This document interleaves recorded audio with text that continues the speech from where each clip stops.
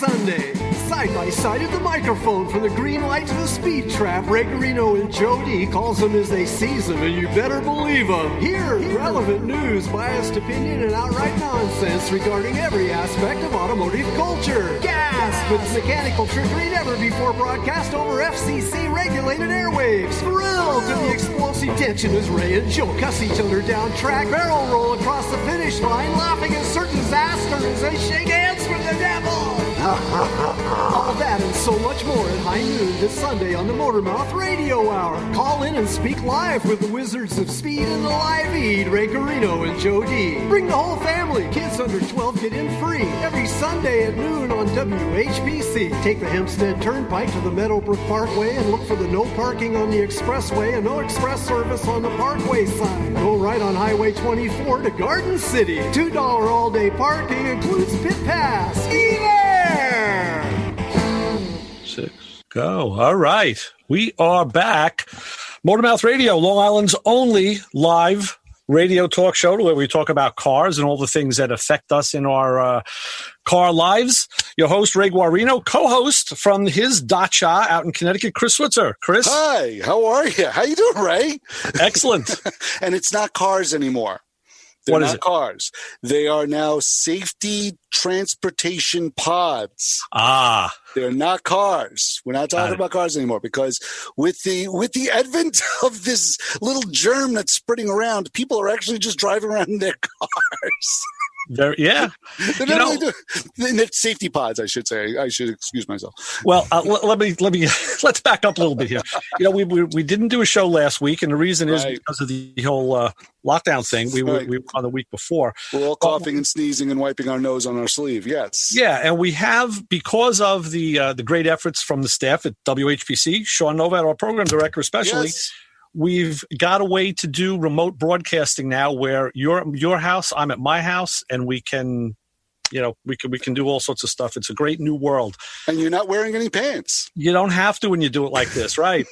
I would like to say that people should still check us out on social media and follow us on our website, motormouthradio.com, Motormouth Radio on Twitter and Facebook, and on Instagram, we're real_Motormouth Radio, Joe's favorite. Yes. And you can see what we're doing during the week and what we get involved with. So and how we're able to keep this show rolling even in such strange circumstances and in such strange times as we're living in right now with this COVID-19 situation going on. We're all stuck in our houses. And I can't say stuck. It's not stuck. It's where we're safe in our houses. There's a difference. There's a big difference. Oh, absolutely. Mm-hmm. And I'll tell you, one of the things that I've been doing is I just can't sit in the house all the time because my back just seizes. It's like, it's like a bad bearing on a small block. My back seizes, my leg seizes. So every day I've been religiously taking walks. And drinking motor oil, I'm sure. No, you're not drinking. I've been drinking something. Yeah, I don't know if it's You've been drinking some lubricant. And I got to tell you, I even went out yesterday. My wife says, "Where you going?" So I'm going out for a walk. She says, "It's raining." I'm like, "Oh, yeah? So it's water. What's the big deal?" Like, I'm going out. I don't care. I got an umbrella. And I want to say, when you're in the Motormouth Radio world and the world of cars, everything is an adventure. And what I found was, we've talked about this, and this is a la right out of the world of Tom Cotter, Ryan Brutt, guys who look for cars for a living. Right. Even Glenn the Car Hunter has done this. You drive around, you see things one way. If you ride a motorcycle, I've talked about this, you'll see things you don't see in a car. When you walk around your neighborhood, you will see things that you could have gone down this block every day on the way. And then where'd that garage come from? They just put it up today, right? Yeah. Oh, no, it happens in this neighborhood too. I think I told you real fast. A woman rolled a bicycle up to my driveway, and I was just getting the mail. The garage door was closed, and she pointed past me and said, "Is there a TR6 in that garage?" And I said, "Yes. You want to buy it?"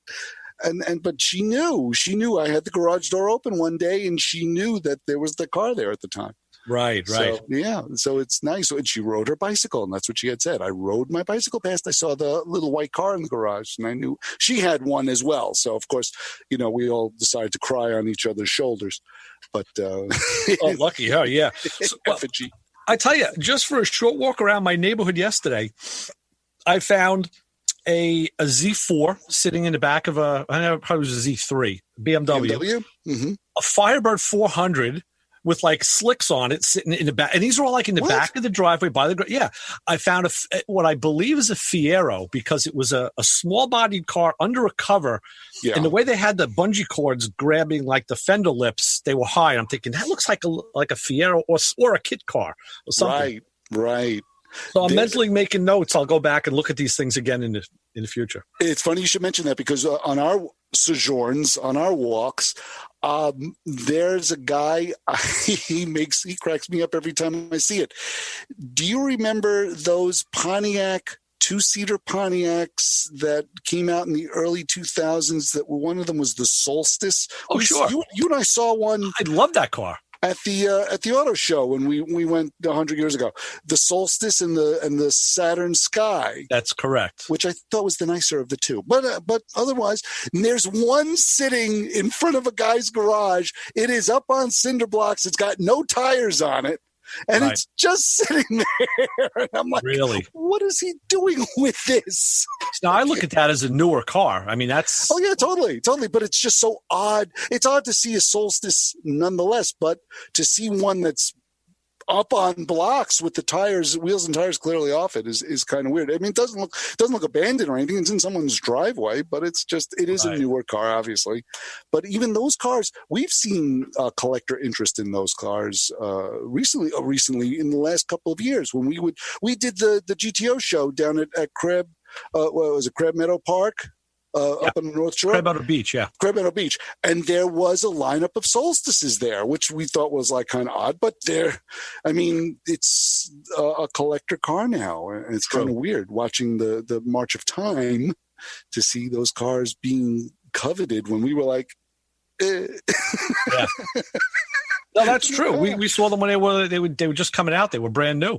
Mm-hmm. Yeah, I mean I'm going through the same turmoil because I look at these cars and I go, well, they're new, and then you think about it and they're really not because any car that was built in 2002, 2003 is now 15, 16, 17 years old, right? And I think to myself, when I owned my '68 Electra, that was 1983.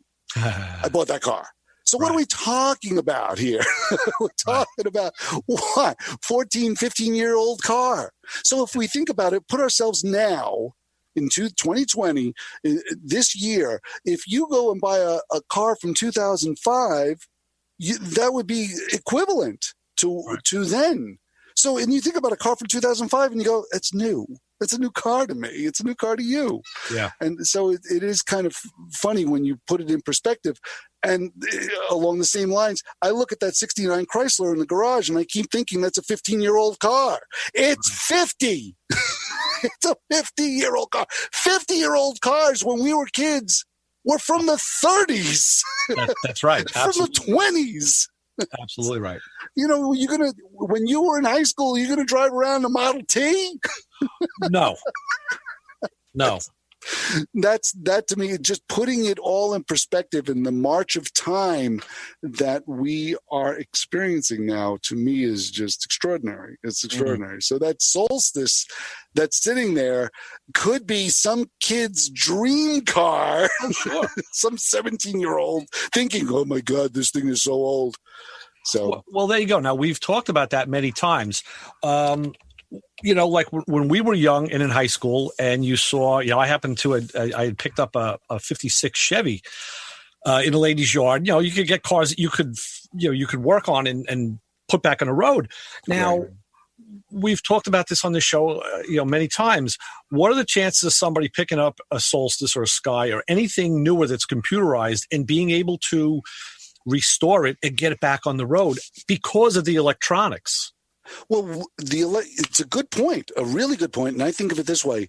Any kid that's 17 or 18 years old or even under 20 or even under 25 is so familiar with the electronics. When guys like you and I remember a time that it didn't exist. We're in a very unique position, you and I, and our generation, because our life is kind of like split in half. There's half of our life where we had a kitchen telephone, and you had a color television, and you had a camera. You had all of those things, but they were all separate components. You didn't have a computer in the house, right? Now the second half of our life, all of those components fit on one disk, one slab, which we call a cell phone, and we have a computer, and we have internet connectability, and we've adapted to that. But there's still, in this generation of people that are embracing technology, there's still, like you say, that fear. You're like, oh my God, it's an onboard computer in my car. What am I going to do? It's a black box. Well, when kids, I think, will have more familiarity with it and just get into it and figure it all out. No, you're right in that respect. The angle that I'm coming at is when the car's been sitting now dormant for a number of years. That's right. A newer car. You know what happens with connections and wiring and all, how you get oxidation and now what if the car was parked and it had a couple bad body control modules, or the ECM was bad, or an ABS module, and now they don't leave a note like this was what was bad. When you picked up the 68 Buick, you look it over and you say, oh, it's got a cracked distributor cap. Oh, you know what? I need a wheel cylinder. It was obvious. This stuff is the hidden things that are killers. So that's what I mean. First, you got to be Joe. You have to be able to diagnose this thing to see what's online and what's not. You got to boot the machine. I was just thinking the same thing. You have to be Joe. You have to literally go in there with a diagnosis type of software piece of equipment and plug it in and go, okay, what's going on with you? So you're absolutely right. You have to get into that black box, into that hidden area. Yeah. But I really do think that, I don't know whether I'm being an eternal optimist here, but I really do think that the kids today have more or I should say less of a fear of that knowledge, when you and I would go, so, hey, I like we have another co-host that's sitting in with us. No one else can see this, just you. I'm looking. It's funny. This is really unique for you and I as well. Not only doing the show this way on the radio, but we're looking at each other through Zoom, so I can see your background. All right. And you keep changing it. Well, yeah, when you can play, you play. Hey, look. So you know what? We have I tell you what, we have a special ordeal today, Chris, because we're doing this online, but we have the ability to, as I had Commander Kirk behind me, we have a phone caller guest who's not really a phone caller. He's a virtual guest, but Gerard from Rolling Thunder Cycles dropped in. Gerard, how are you? Hi, Ray. Hi, Chris. How are you? Gerard, how are you, my brother? How have you been? I've been good. Long-time listener, very shy caller. You know how it goes. But you make a great guest. Come on. Gotta admit. Cars sit, you know what I mean? What was that? You're dropping out. New cars that sit for a period of time if they're in storage, right? Did I hear correctly, or did I get my ears cleared? No, that's correct. You're correct. And so we have a situation with the motorcycles, the fuel-injected bikes, Exactly. A lot of from the ethanol gas builds up in the tank, and I actually have a rusted pump assembly laying in the case at the store, which nobody sees now. But and to show you, listen, you need to use some sort of an ethanol, treatment to break down the moisture that it forms. It's not necessarily forming in your tank, but forms in the gas station tanks. There you go. StarTron is an excellent. People can't see it, but I'm holding up a bottle of StarTron, yes. How do you do this? What orifice are you pulling this stuff out of? Well, now Chris, okay, let me back up. Now you see it where all the plane and traffic guys rave about it. Like, how Mikey T used to say that I used to pull stuff out of a hat? Hold on. Yeah, well, you call it a hat. And actually, Mikey T had given me this video at one point. I don't know. Why isn't it? I can't see it. You got to turn your background off. I can't see it. It's the reflection is blending into your background. It's Felix the cat. He gave me this video because he says, you're always pulling stuff out of that bag and out of your hat. The plane traffic guys say the same thing. Like, you mentioned something and Ray's got it near him. And I don't have everything here. I have a bunch of stuff and things that I know I would use, but StarTron was one of the ones I would always show. So, Yeah. Well, it's true. It gets to be real expensive. We had a customer come in. I was only sitting for 2 years. Had to pull the tank off, get the inside of the tank, all the lining in the tank. Harley coats the insides of the tanks with a liner to prevent it from rusting if it sits through the winter with, let's say, half a tank of gas. So you have moisture building. And take the tank off, have the inside of the tank stripped, cap it, go and take the line out, reline the tank, get a Harley Davidson pump, put it all back in. By the time you get done, it's over $1,000 to do repair. And to the customer, listen, if you're not going to ride the bike, tow it here. We'll ride it for you. We'll change the gas and you tow it back home. It'll be cheaper than what we let it sit for a couple of hours. So, wow, perfect. That is perfect. It's true. I'm calling in because I want to applaud you guys on really taking extraordinary action to maintain the show and be able to keep something a little bit normal. Abnormal time, you know what I mean? So it's Abby, right? normal. Abby normal. That's truth. how we. Thank you, Gerard, for pulling out all the electronics to put this together from across cities and states. It's the truth. Yeah, we're trying to keep it together, and like I said earlier in the show, it's all thanks to the station management. Because if Sean didn't go through, and Kim too, didn't go through these extreme measures to make sure that software was available and hardware was available. And I had some on the fly training with him this morning how to use it. So I have the actual station's board in front of me on a split screen, so I could actually pull up promos and stuff. Things like that. So if we didn't have that availability, we'd be, it just, this wouldn't happen. So it's a group effort. It was what it is. Technology can work both for and against you. So it's good. You're using it for good. Good for you. Yeah. Using it for powers of good. Yes. It's the truth. It is the truth. And you know what? It's kind of nice, Gerard, the way you say it, that it does bring a little bit of normalcy into something that is just such a unique situation. Nothing I don't think any of us experienced in our lifetimes. And just for the fact that you could still turn on the radio, turn on a local station and listen to a local program, I think is pretty rare and pretty extraordinary. And I think really people are turning to radio now. They're like, what's going on our street? What's going on? We're stuck in our house, or safe in our house, I should say. And they're turning to local radio and local programming. And I really do think that it's I'm glad that you recognize it, and thank you for that. Kudos to you. You get an extra slice of raisin pie at the end of the day. So there you go. Boy, someone else finally used that besides me. I used to say it to Joe all the time, and he would just look at me like, ooh, raisin pie sounds good. I'm like, I'll tell you the background of that. It's because some are amused, others ponder. So we don't know. Right. It's all good.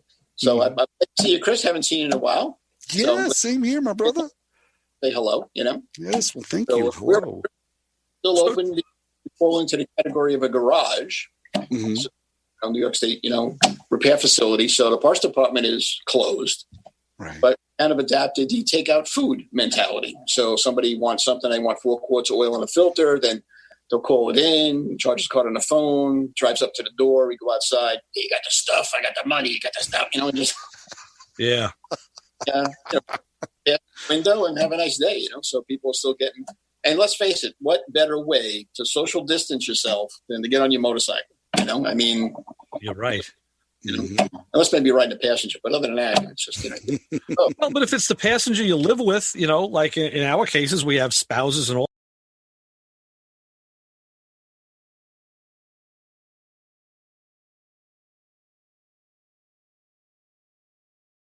Well, it's like, hey, you know what? If you get it, I'm getting it. So what the heck, Right. We're in this together. No, it's true. So we're trying to do our part, as little as it is, to be able to keep things in a normal way, like you guys are doing. Everybody contributes a little bit, then it doesn't go so far over the edge. Mm-hmm. Yeah. Buildings like the crunch of the 2008, right? Like, think about that. Yes. Oh, sure. No, it's the truth. So. Mm-hmm. No, you're absolutely right. And just knowing that we don't have to use toilet paper from our shop rags. Yeah. So how is this, besides the obvious, how has it affected the business model, Gerard, working day at Rolling Thunder? Well, it's a little tougher to become a takeout place. The service department, I think guys think of it as, escapism. They can get away, something you can do outside that, is not, you're going to get them sick and not going to get other people sick. And so the department's actually been busy. We've had guys bringing bikes in for performance work, for tires and oil changes. Remarkably enough, a lot of older bikes, guys are getting some of their older bikes on the road. They've been sitting, they have a newer one. I said, I want to get this 81 shovelhead going again, so bring that in as in service. And so they were prepared to do this. And I think that if they may have a better outlook saying, you know what, this is going to pass. So let me get this done, and then I'll be ready to go once this is over with, So if I got to wait an extra month or 2 months. So people, I think, are optimistic in that sense. So, we did a twin cam motor just recently. We did a 50 pan motor. I got a 45 NUC, which, not that we want to do all the old stuff, but yeah. There's a 66 shovel complete engine rebuild. We just did cams and head jobs on twin cam stuff. And we're seeing some of the more Milwaukee 8 stuff that coming out of warranty. Harley, everybody kind of scared, like, well, if you go do anything to your $30,000 motorcycle and you don't do it through a Harley Davidson dealer, then you're going to void your warranty. So now a lot of bikes are starting to come off warranty, and if they have extended warranties, well, anybody in the country can actually do an extended warranty. If they wanted to, you're working for a little bit less labor rate, but other than that, you just provide a service for the customer. So we're starting to see more of the M8s, the new motor, and that runs like a champ. That's a good design on there. They got some of the early bugs out of it, and I really can't complain about that bike. It's good to go. Let me ask you this. How did you guys get training to work on those engines? Well, it's basically the same mechanical. There is no formal training in the market industry, like there is, you're not going to go to a Harley seminar on that. But I have to give some kudos to our reps because they're not coming around now, but a lot of the big distributors have individual sales reps that come around. They'll give you the latest information, what's available. And the companies that are making the components are more than happy to spend a little bit of time with your phone, explain the difference of, how this cam is going to make a difference, or how, this particular modification, this particular pipe, or this fuel management system is going to make a difference in the bike. And so basically it's the same stuff, it's just a matter. And of course we have all the manuals. So if you know what you're doing, how many manuals do you have? Right? So. Oh yeah. Well, if you could see next to me, you'd see the shelves, they will overflowed. But the next thing is, like Chris and I were talking about, how are you guys handling the electronics and the electrical interface that the new bikes have that the old ones don't? Well, we don't have access to Harley Davidson's, digital tech, they call it, which is their laptop and software.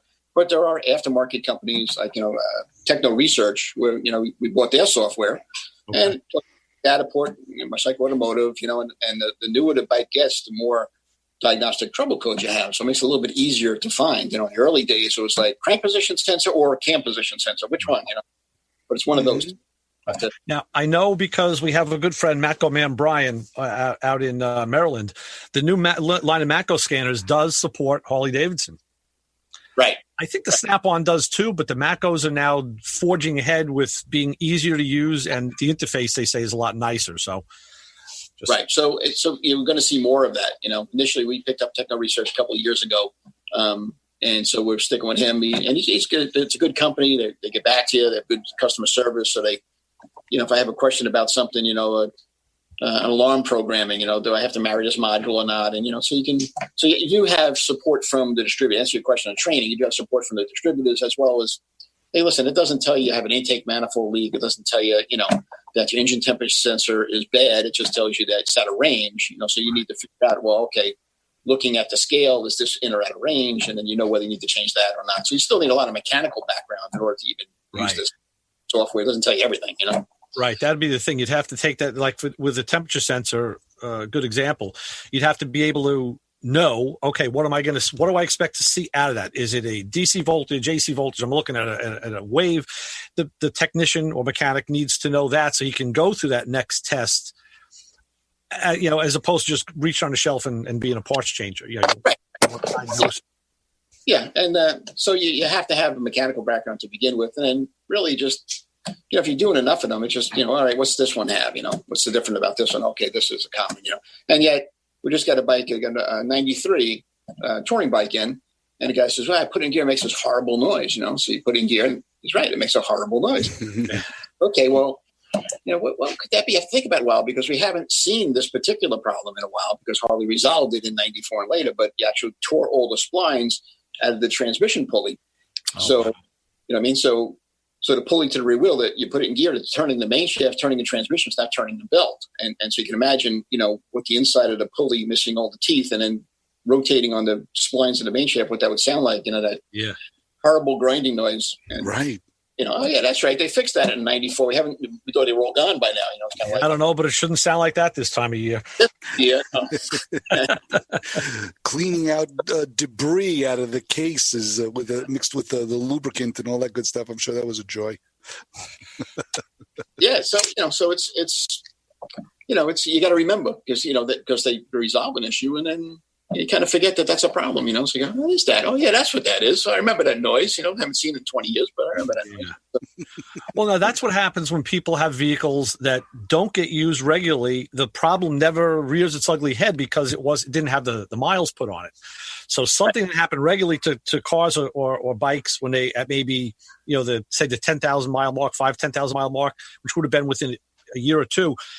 If the vehicle wasn't used, that might not happen until 5, 10, or 15 years later, Right. So, yeah, it's all relative. You have to. Like has 11,000 miles. I was on 93. So in those years, plus how many more motorcycles were they making back then? Versus many now, the Harley riding group is getting a little bit older and they're, more interested in touring stuff, and even Harley has gone to electric bicycles as well as electric motorcycles. Wow. And I was surprised that I wasn't thinking about that. I'm not involved in that end of it, but then I do have customers that actually go bicycling off-road.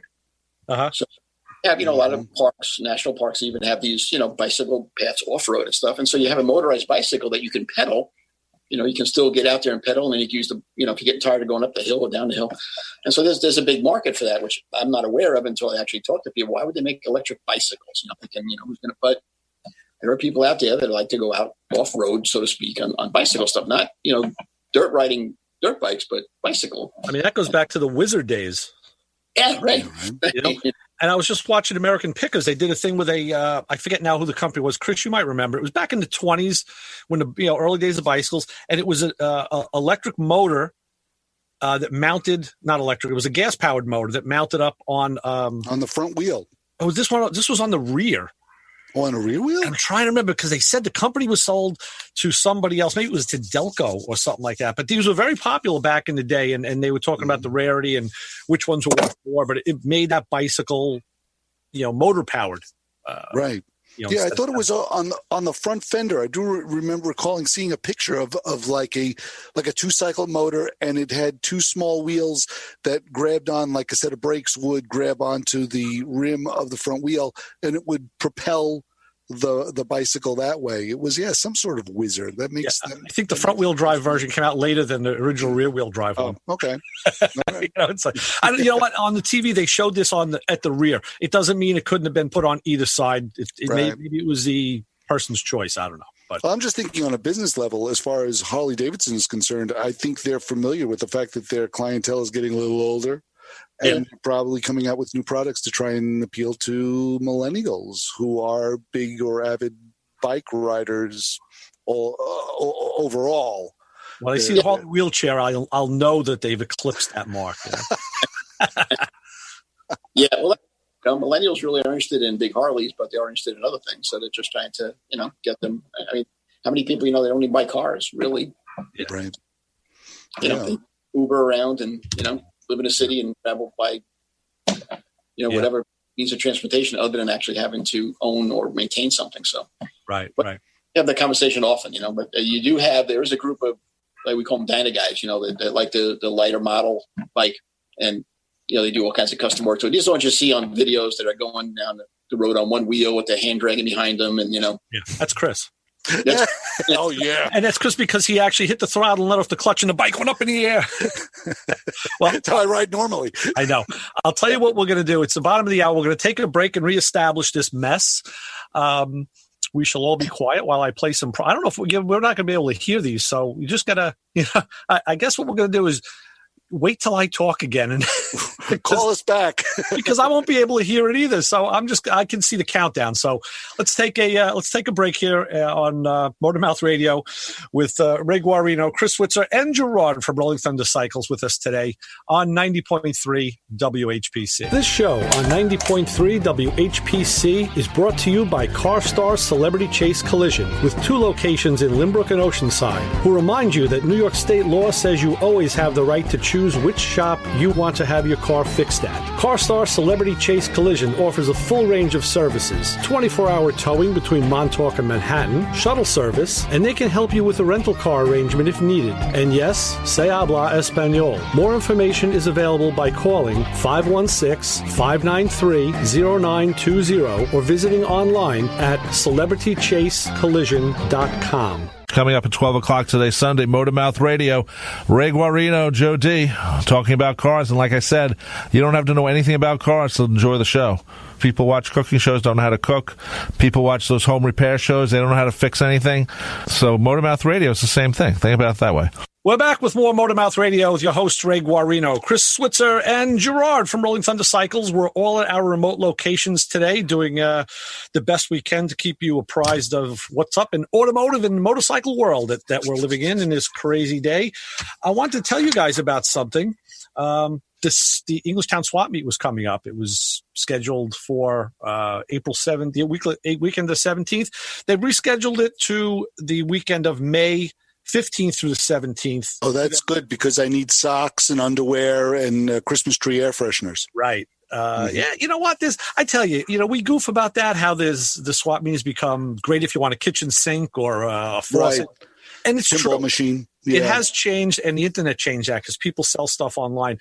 But if you do know how to look and how to shop at a swap meet like we do, you can still find those little gems and those little things that you just... it's almost you can find them online, but it's different when you can pick them up and hold them and touch it and say, yeah, how much you want for this? The guy down on a price. So, there was that one time that you saw the Pink Panther pinball machine. No, it was a slot machine. Slot machine. I still kick myself for not buying it. I saw the look on your face. This is nice doing the show this way. I get to see your reaction. Yeah. But the look on your face, the eye roll was spectacular. Right. But yeah, that was one of those things. And we were looking at each other like, we got to drag this thing back to the car because it was probably about 150, 200 pounds. I should have done it. But, that's one of those things, we've said that for a long time. The mantra is, you see something, maybe you haggle, maybe you just look at it, you walk by, and you say, I'll come back. Two rows later, I'll cut back over.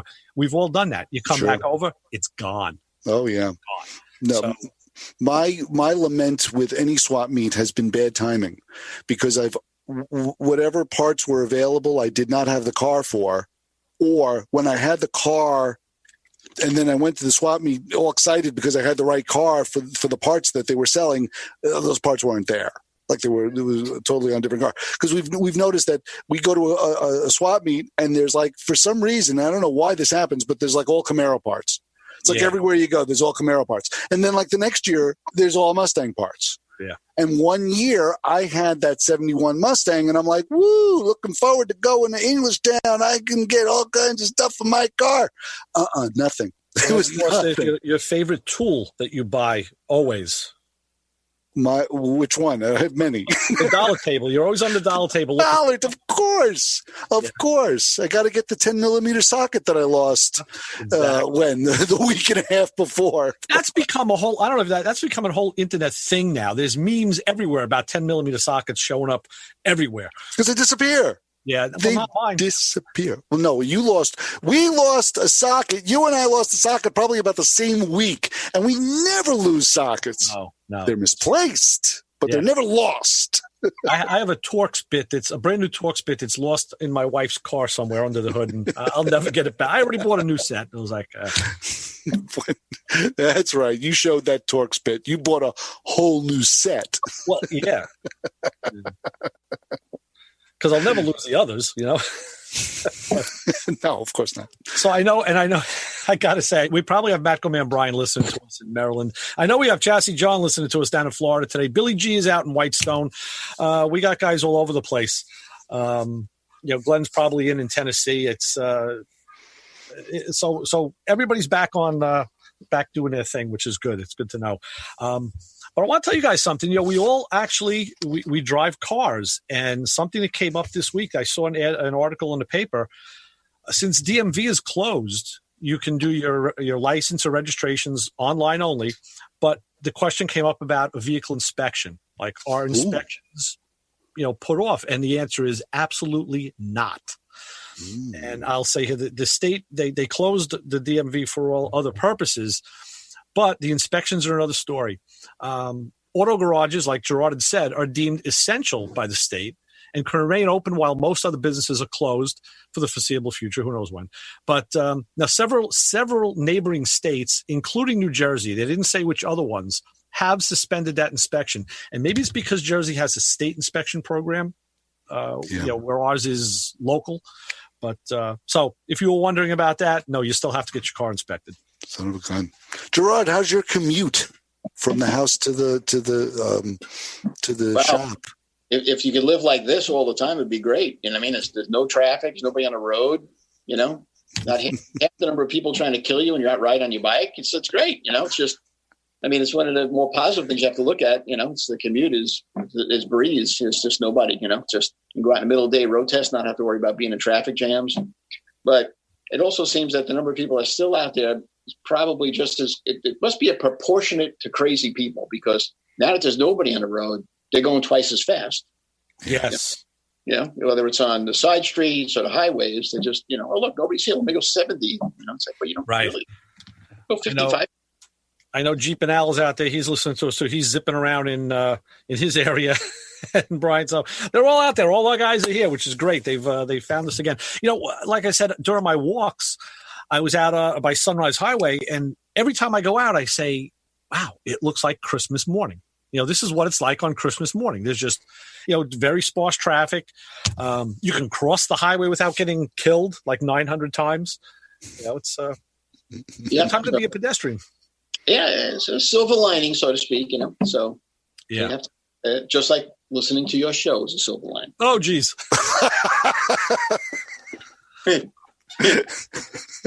Silver lining in a show of I don't know what. These bleeds here. So yeah, it's and thank God, because if we couldn't stay open, then who pays the workman's compensation insurance, who pays the rent, who pays the business operating insurance? The phone is still on. Whether you use it or not. It's electricity and alarm and blah blah blah blah blah. Well, Gerard, have you spoke with other people in the small business community about? I know a few that have already closed. What's the buzz on the street about that? Like, well, like in the motorcycle community, most of them are there's a little bit of conflicting information. There are some shops that are accessory only and don't do any service work. Right. And I spoke to one of them, and they said they called the town of Hempstead. Town of Hempstead said, well, as long as you don't have 5 people in the building, it's okay. And yet, So I think that, it's just going to be a matter of eventually somebody's going to send somebody around to see who's open and either tell them you have to close or fine them, because that would be more, Well, doesn't the 6-foot rule apply? Because you have more than 5 at one time, but you're all spaced apart. Right. I think they're talking about maybe, 5 customers as opposed to, okay. If you have one person behind the counter and you have 5 people in the place, and, you could argue, well, look, as long as they say 6 feet apart, but before, they went into, before last week when they closed all the businesses, we put tables in front of the counter so that this way you have a space. It's like, okay, it's, be aware of the fact that we're trying to do what we can to keep us and you safe. So just stay that much further away. What do you need? So I saw that barbed wire truck outside. All right. I wonder what was going on. Yeah. You're digging a moat around the excavating. I've never done so much cleaning in the shop. I have to tell you, we all put the gloves on and get the Lysol out. And it's like, and the more you clean, the more you realize you have to clean. Yeah. Of course. Oh, wait a minute. I got to get the handle on the glass beater. Oh, wait a minute. We don't have to dial on the hot machine. Oh, the tire machine has a handle on it. We clean that. How about the buttons on the overhead door? On and on. You're just cleaning everything. But places look at that, because we're cleaning the hell out of it. So somebody have to do. I'm wondering up here, there a lot of restaurants for incentive are giving away with their food order. They're giving away toilet paper. Really? Yeah. They're giving away rolls of toilet paper with their food order, and some of the offers are pretty good. Like, they're giving like 3 or 4 days worth of food for like $25-$30. I'm probably just trying to get rid of it, but that added incentive of the toilet paper is like, I'm going. Well, it's like buy the oil, get the filter free. I wonder if the food requires the extra toilet paper. You never know. It may be. You never know. You're absolutely right. I'm thinking, like, what could Gerard do for like incentive for delivery or to bring people to his parking lot? Wow, question. I don't know. No, it's that now is like the time to reinvent. Now is the time. I don't look at this as a bad thing. I look at this as almost like an opportunity. I just haven't figured out what the opportunity was yet, but I'm still trying to see the opportunity in all this craziness and all this chaos. But it's got to be there. If you found out, let me know, because. But. Yeah. And luckily, like the Harley Davidson dealers, like their showrooms are closed, the parts department are closed, but a lot of the dealers are aware of what they're trying to do for the independent shops. And so they will say, okay, fax me your order. I'll put it together. I'll call you when it's done. And because the service department is open, you go into the service department and pick it up through the service department. So they're trying to do their part as well. So you really got to give them a hand there also, because they're trying to do what they can.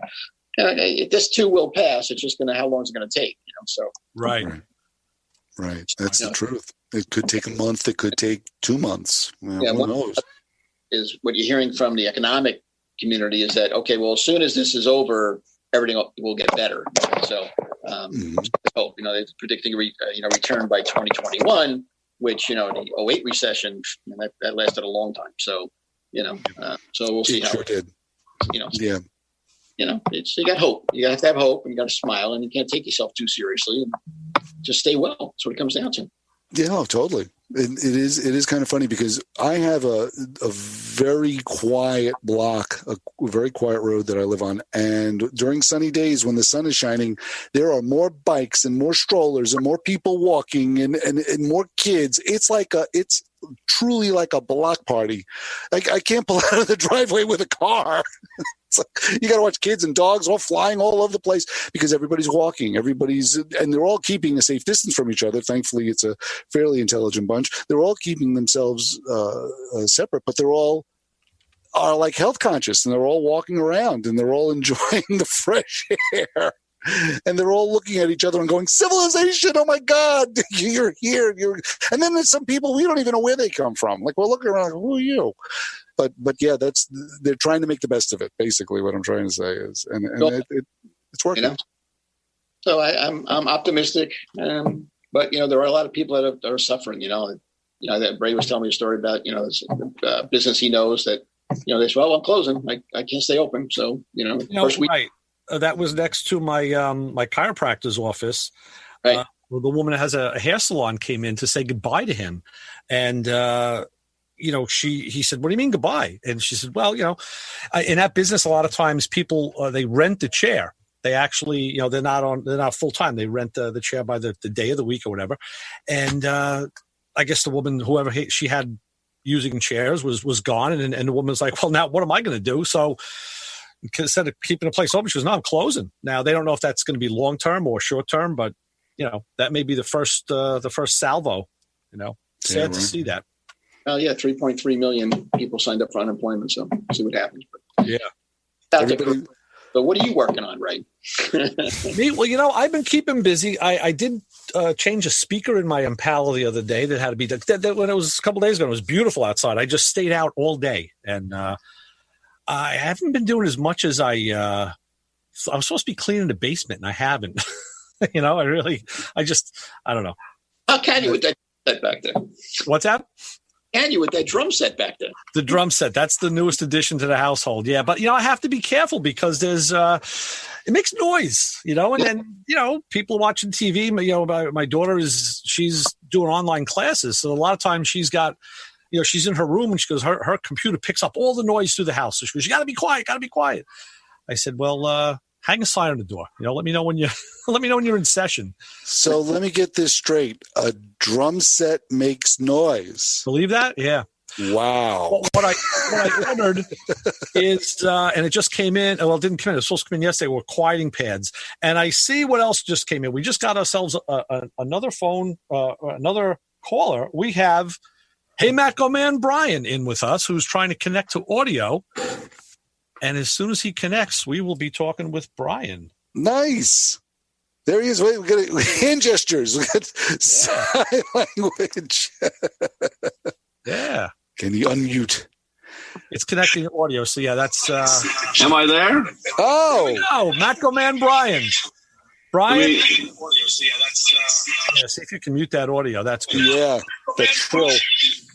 Brian is a regular on the Thursday. Hey, guys. How y'all doing? Good, Brian. Hi, Brian. Just explain you're a regular on the Thursday night Plane and Traffic show. And you're on with me. And you have Chris that you can now... up there, and with Gerard from All the Cycles. Crazy. Yeah, right? Man, what a crazy, crazy set. So, you guys doing okay? Yes. Yeah. How you holding up down there in Maryland? We're hanging pretty good. I'm essential, so I'm out running, servicing. I got probably about 25 shops that probably closed down. Wow. So, it really hit the wall. I got some guys, they just don't want to mess with it. They closed. And I got other guys freaking out, like, how we're going to pay the bills. Yeah, yeah. Like Gerard was saying, yes. Yeah. Yeah. Yeah, so it's been crazy. I'm hoping, this will be the second week. And really, I'm almost just kind of delivering, what people ordered, or if they have something broken or whatever, just to fix and keep things going. Right. So, That's going that way. Now's the time to do it. Now's the time to do all the necessary maintenance. I know I have all the parts sitting in my garage. I'm just waiting to get out there. But yeah, now's the time to just do all the basic maintenance, get all the stuff delivered to the house, and just start taking stuff apart. It'd be great. Yeah. So hopefully Matco's been really good. They say they're going to, as long as they can continue to ship out the product, I'm going to sell it. So hopefully they stays that way and we get over it. I just don't want to drag it out, a month, and then all of a sudden they say, oh, we got to have lockdown, in certain places or not. I don't want to drain all our money trying to keep everything afloat, and then all of a sudden shut us down when we can't make anything. So speaking of which, Brian, have you noticed any gouging of any kind in your on your neck of the woods? We had there was some there was some of that, but they stepped in right away and shut that stuff down real quick. And Good. People and like I said, I've put my parents, my mom and dad, on lockdown, and I go out and get their stuff, and I've had it where I'm lucky enough that I'm roaming around that I can hit different stores for different things and find stuff. But even then, you walk out and somebody said, they're looking for something, just, a can of Lysol or a hand sanitizer or hell, even toilet paper, just give it to the guy and let him run on. It's right. Crazy nice. How people get acting about stuff like that. So let me ask you, how many pounds of brownies have you made at your house so far? I'm eventually going to look like Jabba the Hutt here because the girls have cooked so much cookies, cakes, brownies. It's going to be tough. I lost my summer body already. Oh no. So yeah. That's hysterical. We're all gonna be overweight, long hair, all overweight. I just asked that because my daughter made brownies yesterday, and I've been How do you not eat fresh brownies when I know, Gerard, your daughter makes some of the best brownies I've ever had in my life. Harold, and it must be a virus thing, Brownies cure the coronavirus. Let's start spreading that around. That's what it is. Eat brownies. No problem, man. I got the list this morning the list to go to the grocery shop store first thing in the morning when they open. It didn't have anything like toilet paper or any of that stuff. It was eggs, brown sugar, more butter. Not just butter, things that we more needed. butter. Mm-hmm. Right, more butter, not just butter. More butter and brown sugar. I mean, and chocolate chips. We ran out. We were shaving Hershey Kisses to have chocolate in the cookies. So it's tough. I mean, we had to sacrifice some Hershey Kisses. You got to do what you got to do. Exactly. Suffer where you can. Yeah. You can see our rationing is a whole different perspective now, right? Yeah. We're going to be going on eBay and spending $60 a bag for Hershey's Kisses now. Yeah, right. Crazy. I was at a store here, a local store to where I am yesterday. I had to pick up a couple essentials, and it was nice to see the meat aisle was fully stocked again. Chicken, steaks, beef, whatever you wanted was there. I couldn't find corn tortillas for some reason or clam sauce. I don't know why, but the meat aisle was stocked, so that was good. Yeah, but you couldn't find toilet paper. I had the other night. I had a Thai, Korean, pork belly tacos, and I couldn't find any tortillas. Yeah. Okay. So I was like really upset. It must be an East Coast tortilla strike because, yeah. I just love that Motormouth Radio has got its finger on the pulse of automotive technology constantly. Yeah. when we've shifted to Hershey's Kisses and tortillas. Right. Well, this will go anywhere. I mean, this show can go anywhere. Brian, how are you? How are you keeping? What part are you doing to keep from spreading this virus thing? Are you taking any special measures or anything? Or other than every stop I wipe down the truck. I try not to have anybody really in the truck. Oh, okay. But I do, one or two, one guy at a time, basically. Most of the guys understand. I have a couple of shops that when I pull in, I get 10 guys will come out at one time. And I just tell them, hey, look, it's just one at a time. And a lot of the guys I have set up on automatic payments. Yeah. So like me. Yeah. It's great when the tool guy has your credit card number. What about personal protection stuff? Are there any things that people are buying, masks? Other than hand sanitizer, washing my hands, and when I come home, it's strip down, change clothes, and take a shower, and that type of stuff. Yeah. There's only been one time I felt uncomfortable out on the route. Okay. I had a guy that was just hacking up everything, and I was like, dude, I can't even, you got to stand over there. Yeah. And that was, other than that, I really haven't had any, problems or issues with anybody. Good. Most people kind of understand about keeping a certain distance, and right. I do have a couple of guys that are super freaked out about it, where they don't want to touch anything that you touch, which I think is kind of.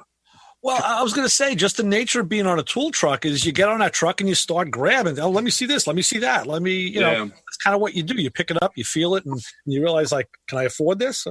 Yeah. Some guys are trying to stick it in their pocket, and walk out with it.